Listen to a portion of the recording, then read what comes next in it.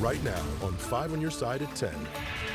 Tonight, terrorized by teens. Neighbors react after a woman was robbed at gunpoint, waiting for the bus.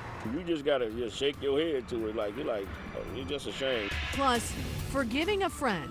After a man kills his buddy in a drunk driving accident, the victim's family makes a merciful move.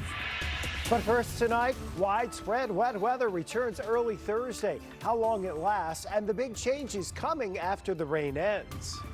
Rain is moving through parts of the bi-state region right now. More showers and storms are expected overnight. Good evening and thank you for being with us. I'm Ann Allred. And I'm Mike Bush. This is all ushering in a late arrival of cool fall air. Weather First Chief Meteorologist Scott Connell is tracking the rain and a big temperature drop. Yeah, Scott. big temperature drop as we head into the weekend. Maybe our first patchy frost for some of the outlying areas. None of that tonight, though. We are still well in the 60s, close to 70 degrees at this hour. And most of us at this point are still on the dry side. We've had some areas of showers today, and there are a few areas starting to develop here just to the south and southwest of St. Louis. But at the moment, not a whole lot out there. We did pick up some rain down to the south and southwest of St. Louis. It was a little more substantial, between 1/10 and about 1/3 of an inch for part of our southern counties. But in the metro, just a few hundreds. We do think that's going to change here as we head through the overnight hours. Showers and even a few rumbles of thunder will be on the increase.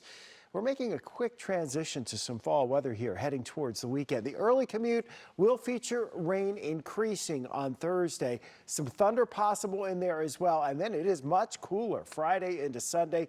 We're tracking those temperatures and if there'll be any frost. Talking more about that in just a few minutes, Mike. And remember, the Weather First forecast is always at your fingertips. Just text the word weather to 314-425-5355 and we'll send it to your phone. New tonight, robbed at gunpoint while waiting on a bus. St. Louis police say it happened to a woman on the city's north side. As Robert Townsend reports, one of the suspects is just 14 years old. No doubt it was a frightening experience for a woman just waiting on a bus near Union and Natural Bridge Road. Investigators say she told St. Louis police around 9 Tuesday night she was standing at the bus stop when two strangers approached her and demanded her purse and cell phone. Something needs to be done. You just gotta just shake your head to it like you're just ashamed. Sure, the crime has people in this north side neighborhood talking, especially since police say the 19-year-old suspect's accomplice is just 14 years old. The armed robbery happened just down the street from Ricardo Jacobs' business. 14-year-old, somebody influenced him. I don't care, from social media to, like you said, the older guy he was with. The woman wasn't hurt. Police say after robbing her, the teen and other guy ran off. A police officer and his K-9 tracked the two young suspects here in this alley just a few blocks away. Investigators tell us when they got here, they found both of them hiding in this dumpster, and they say the 14-year-old had the woman's stolen property on him. Police say they recovered a gun and found the woman's stolen items on the 14-year-old boy. They need to team up with these recreation centers, man. Get these kids somewhere to go. Very upset about this. They're out here all in nighttime, in the evenings, at night, robbing with weapons. Where are they getting the weapons from? That's a question the Urban League's Vice President of Public Safety is also asking. James Clark has been tracking recent teen-related crimes in St. Louis. He says the crimes are getting bolder and the criminals younger. We have to hold our young people accountable, but then we also got to offer them a way out. I'm not going to accept it as being the new norm. It's not the new norm. Robert Townsend, 5 on your side. The teen remains in a juvenile detention center. The man he was with is in jail. Tonight, St. Louis police are looking for an axe-wielding carjacker.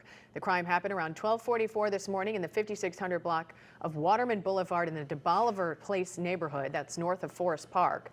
The victim told police he gave the man his keys, and then he drove off in the victim's 2019 white Audi S5 with Illinois plates. Tonight, progress is being made in making the drinking water safer in St. Charles. Next week, the city will turn on 3 water wells at the Elm Point well field. They've been shut down for months due to contamination concerns.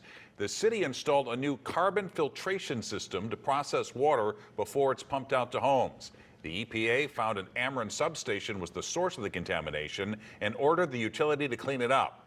Ameren will test the water for the next 3 months. New tonight, a story of forgiveness and a fresh start. A man charged with DWI and manslaughter after he killed his best friend in a car crash was able to walk free today. It happened after the victim's own mother asked the court to let him go.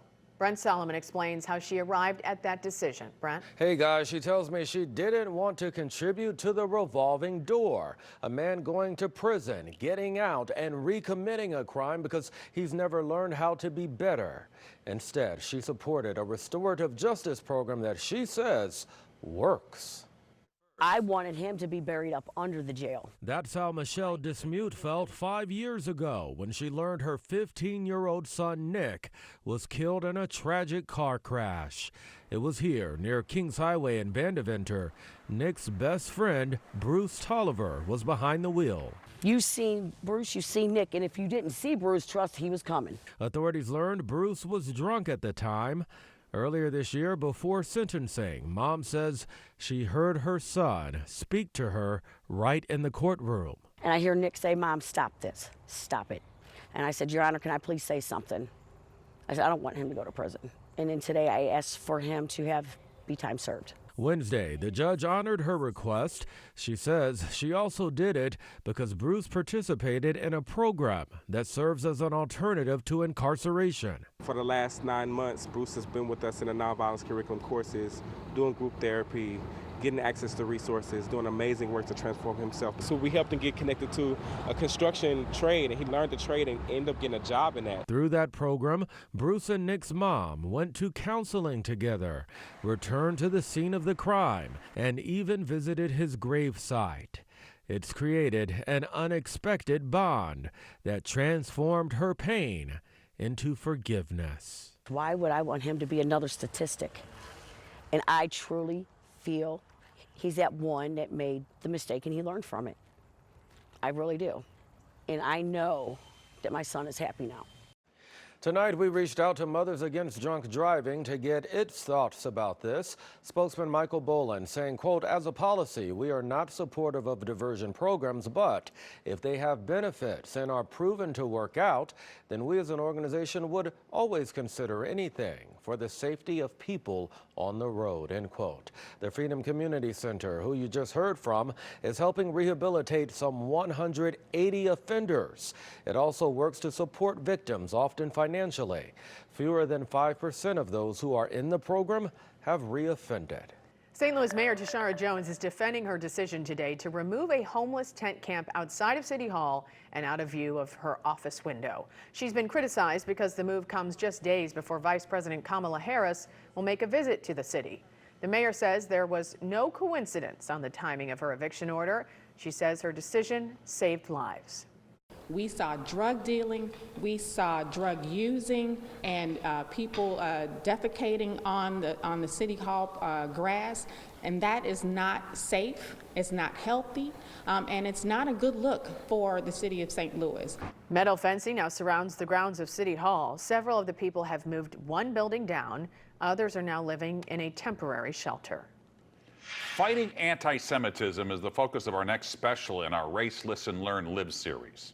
Anti-Semitic incidents surged to historic levels in 2022, with incidents on college campuses up nearly 50%. Our Justina Cornell drove to Champaign-Urbana to visit the University of Illinois and shows us the impact one organization is making. I'm Natalie. At this barbecue, it's more than food that's being made. New bonds are formed too. How are you doing? It's called Hababecue, the latest move to make memories. The week after is 2 midterms, and it's like midterm. The Chabad Center for Jewish Life and Living is a part of a movement. The goal is to be this home, this space for all people to experience Jewish life. It has programming, space, a study space, and most importantly, it's a place that people know they can come to 24 hours a day. What year are you? Senior, right? Rabbi David Tektel has poured his heart and soul into Chabad for the last 21 years. He's witnessed hostility and hate firsthand. Yes, I've had anti-Semitic issues. I've had my menorah desecrated in my old building. A new report from the Anti-Defamation League finds these anti-Semitic incidents on college campuses jumped by 41% from 2021 to 2022, with nearly 3,700 incidents nationwide. At U of I in early 2022, A swastika was found on a wall inside a bathroom at a residence hall, and anti-Semitic flyers were spread on campus. Tecto believes they're doing the work, but more needs to be done. At Illinois, we're proud to say that we work very hard to combat it, especially with a pro-Semitism approach. While the hate can bring division, Tecto only wants to unite. I met a student once that carved an 11.5-inch swastika in a table in a bar. And through my contacts, I found out who it was. And I said, do you realize what you did? He's like, no. A lot of hate comes from misunderstanding. This is the ark where we store the Torahs. Understanding the troubles is Junior Jaden Pazel, president of the Jewish fraternity Alpha Epsilon Pi. I've definitely realized the importance of Chabad and the importance of just like that Jewish community here. Pazel is learning lessons beyond the classroom. He's now looking out for more than 100 members. Making sure everyone's safe is definitely something that I always keep in the back of my head. So you all live together? Yeah. That's exciting. That's why Chabad has become a home away from home. Barbecue is one of the ways we create that community. Pazel knows students are always on the move. This is a space where they can feel centered. Just the sense of community is really strong. Every week I'm here, I see friendly faces, I meet new people. Welcome guys, welcome. And the message that I was taught is that we're not victims. We are Jewish, we're here, we're proud, and we're here to stay. Justina Cornell, 5 on Your Side. And join us tomorrow night at 7 for Race, Listen, Learn, Live, Fighting Anti-Semitism. It's sponsored by the St. Louis Kaplan Feldman Holocaust Museum. A Holocaust survivor will share her story, and you're going to hear about local efforts to fight anti-Semitism. Plus, I'll be moderating a panel discussion where we search for solutions. Again, that's tomorrow night at 7 right here on 5 on Your Side, and you can also stream it on 5+. Hiring for the holidays. A seasonal side gig can help those making ends meet. The reason you should apply now on Stuffing an Empire. Have you ever been into a store where you can make best friends? I was like, this is gonna be big. The local premiere tonight of a new film highlighting the very big idea born right here in St. Louis. And Mother Nature is premiering the first weekend to actually feel like fall this year. The changes we see as the cooler weather marches towards St. Louis.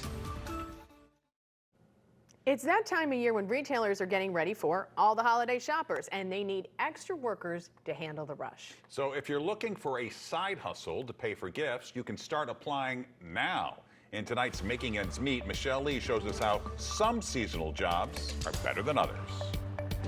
So right now you might be thinking of Halloween, but retailers are thinking about you. And not just as shoppers and consumers. We know that seasonal hiring is in full swing, whether you're looking for a job that helps make ends meet or you're looking for a part-time job just for that discount. Well, maybe you're looking for something that could turn into a decent gig. That tends to happen at Abigail's Gift Boutique in the St. Louis Hills neighborhood. Thank you for calling Abigail's. This is Abby. How can I help you? Abigail Fisher owns the gift shop and is truly a local gem of the neighborhood where you can find a gift for just about every occasion. I'm happy to be here in the neighborhood because our neighborhood really doesn't have anything like this. We've just restocked on our best-selling candles, our Sweet Grace candles, so this make a great gift for anybody. Abigail is gearing up for Small Business Saturday, one of her busiest days, so she's hiring right now. And after being in South City for more than a decade, she knows that a lot of her seasonal workers end up sticking around. Usually we'll hire for us maybe like 1 to 3 people to help us out throughout the holiday season, and chances are most of those people will stay on through the next year too, just as you kind of have some attrition. And get this, UPS alone is looking to hire more than 100,000 seasonal workers across the country, 1,800 right here in St. Louis, and the company says half will stay on permanently. And then ZipRecruiter also says there are more than 450 jobs right now online for seasonal work, so there are a lot of jobs up for grabs. For Making Ends Meet, Michelle Lee, 5 on Your Side. Macy's plans to add 38,000 holiday workers. Target plans to hire 100,000. Amazon is adding 250,000 employees. The e-commerce giant is also bumping up the average pay to $20.50 an hour, hoping to lure in new workers. Tonight, they rolled out the red carpet at the Missouri History Museum for the St. Louis premiere of a film about a St. Louis empire. Unstuffed, a Build-A-Bear story, is a documentary that tells the story of how the local startup changed the toy world forever. It highlights the challenges founder Maxine Clark faced as she grew a small store into an iconic global brand. We started in the St. Louis Galleria, and we've become much more than that. We're now memories. We're now woven into the fabric of people's families. The documentary is now streaming on Apple TV, YouTube, Google Play, and Vudu. Build-A-Bear also has a new holiday movie coming out next month. Glisten and the Merry Mission will be featured at the Galleria 6 Cinemas and other independent theaters around town. More gold tonight for Simone Biles and the U.S. women's gymnastics team. They won their 7th consecutive team title at the Gymnastics World Championships in Belgium. The team of Biles, Shalise Jones, Sky Blakely, and Leanne Wong edged out Brazil and France. Their victory makes Biles the most decorated female gymnast in history. She is amazing. Lotto Fever is hitting a fever pitch tonight. Tonight's $1.2 billion jackpot is the 3rd largest ever in the game's history. So check your tickets. The winning numbers were just drawn minutes ago. Here they are: 9, 35, 54, 63, 64, and the Powerball is 1. And we're finally going to experience the cool, crisp air of fall, and the colder days and shorter nights bringing an added danger on the road, especially in Missouri. MoDOT says October and November are the peak months of wildlife collisions. Last year, there were nearly 3,700 crashes involving deer on Missouri roads. That's 1 deer strike every 2 hours and 20 minutes. 5 people were killed and 424 were injured. According to State Farm Insurance, Missouri is a high-risk state for wildlife collisions with a 1 in 80 chance. Illinois ranks 34th with a 1 in 152 chance. I believe it. When I drive home, they will stand on the shoulder and eat the grass, and I will be driving right up to them, and they look at me like, "What are you doing in my way?" Yeah. Every time. At least they're not jumping in front of you or on your hood. Sometimes they do that. Yeah. Oh yeah, that's really dangerous. You do have to be careful. Yes, and plus we're going to have some wet roads to deal with later on tonight. Already starting to see a few showers popping up around the metro area. There are going to be more showers ahead through the overnight hours and really picking up and ramping up, we think, at times during the morning rush hour. So we're looking around St. Louis.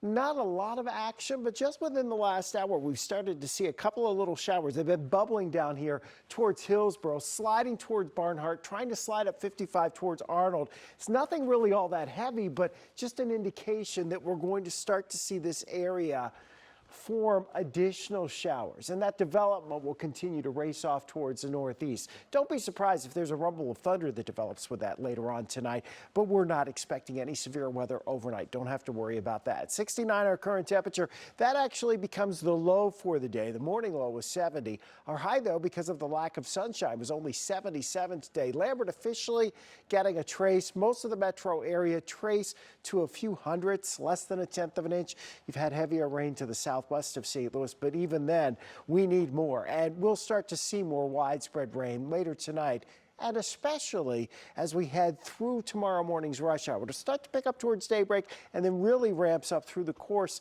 of rush hour tomorrow. Chicago's warmer than we are at 76 right now. Kansas City behind that front at 63 degrees.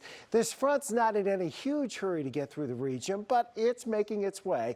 As it does, it's pulling up more moisture from the south. Severe weather is all well to our south, so we don't have to worry about that tonight, even though the potential, especially as we head towards 2, 3, 4 o'clock in the morning of hearing thunder, does increase a little bit. With that front approaching early tomorrow, pressing through the metro area during the morning rush hour and into mid-morning, we will have areas of showers. Embedded in that, some downpours and maybe some rumbles of thunder. Most of that slides away from St. Louis during the afternoon into the evening hours. Then the cooler air really settles in here as we go into Friday. As it does so Friday, expect to see some clouds increase for a time during the afternoon and a gusty breeze Friday afternoon. Into Friday evening, your high school football games will be chilly.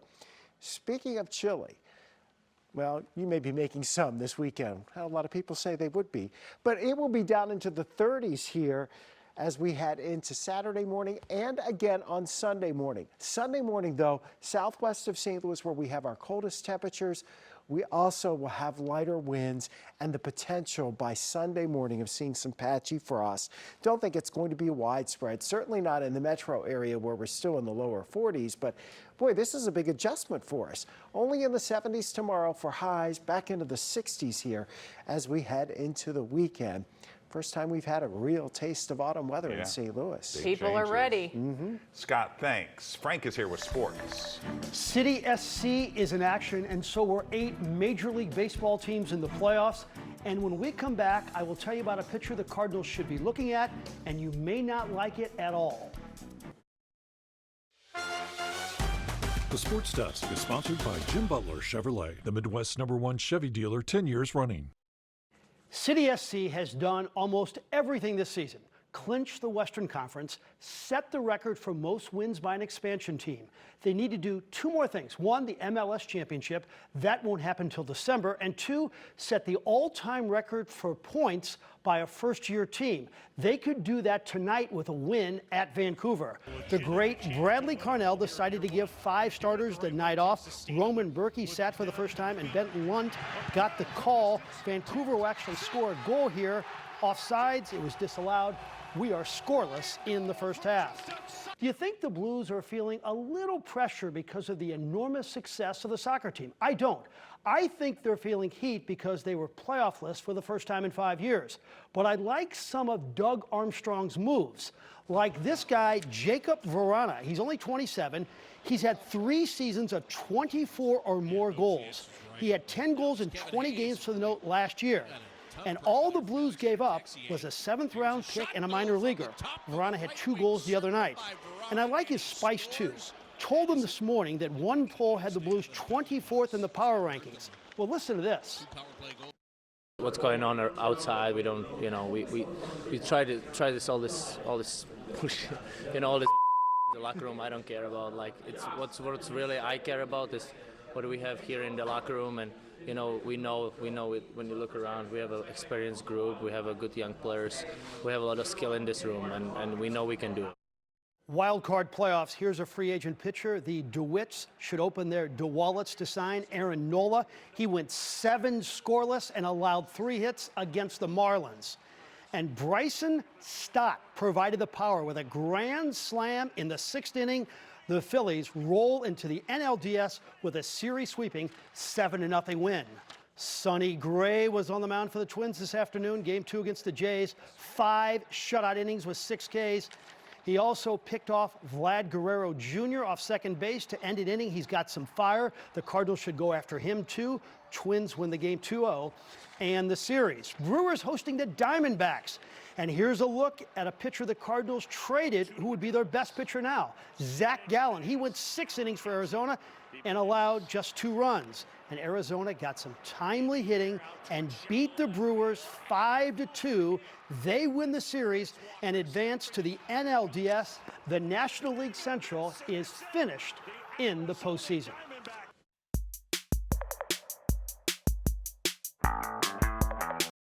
Finally tonight, the Cardinals need starting pitching like an Italian needs pasta. They have nobody remotely resembling a number 1, 2, or 3 starter in the organization. Thus, a last-place finish and their worst year in 33 seasons. In steps Trevor Bauer, who was banished from baseball about 3 years ago for sexual assault allegations. Bauer never was arrested or charged, and he countersued, denying the allegations. He was reinstated in December and then released by the Dodgers, and he just had a pretty good year in Japan. This week, Bauer and the woman settled their dispute. Bauer vehemently denied all of this. The woman tried to get a financial settlement out of Bauer. He refused, and he recently released texts from the accuser to her friend where she discussed a plan to frame Bauer. Now, I wouldn't want a man who touched a woman inappropriately ever in a Cardinal uniform. And the Cardinals going after Bauer doesn't seem like a typical Bill DeWitt kind of move. But having the 2nd worst record in the league isn't typical either. Bauer is just 32, and he's better than any starting pitcher they have. I think you have to kick the tires on Trevor Bauer. And that's, frankly speaking, for tonight. Taylor Swift is scoring new viewers for the NFL. Tonight, the league is running defense on comments made by her rumored boyfriend. 2 popular streaming services are raising prices. According to the Wall Street Journal, Netflix will raise the price of its ad-free service sometime after the Hollywood actors' strike ends. No word, though, on how much. Starting next month, Discovery Plus is hiking the price of its ad-free service from $6.99 to $8.99 a month. Kansas City Chiefs Travis Kelce says the NFL is overdoing it by cashing in on his rumored romance with Taylor Swift. Sunday night's telecast of the Chiefs-Jets game scored 27 million viewers thanks to a huge increase in women and girls watching. The pop star's appearance was heavily hyped before and during the game. The NFL says the Swift-Kelce news is a pop culture moment, which is bringing an incredible amount of positivity around the sport. I think it is too much. I think a lot of football fans would agree with you. Yes. There you have it. 5 on your side at 10. The Tonight Show starring Jimmy Fallon is next. Start your day with Today in St. Louis beginning at 4 a.m. Have a great tomorrow.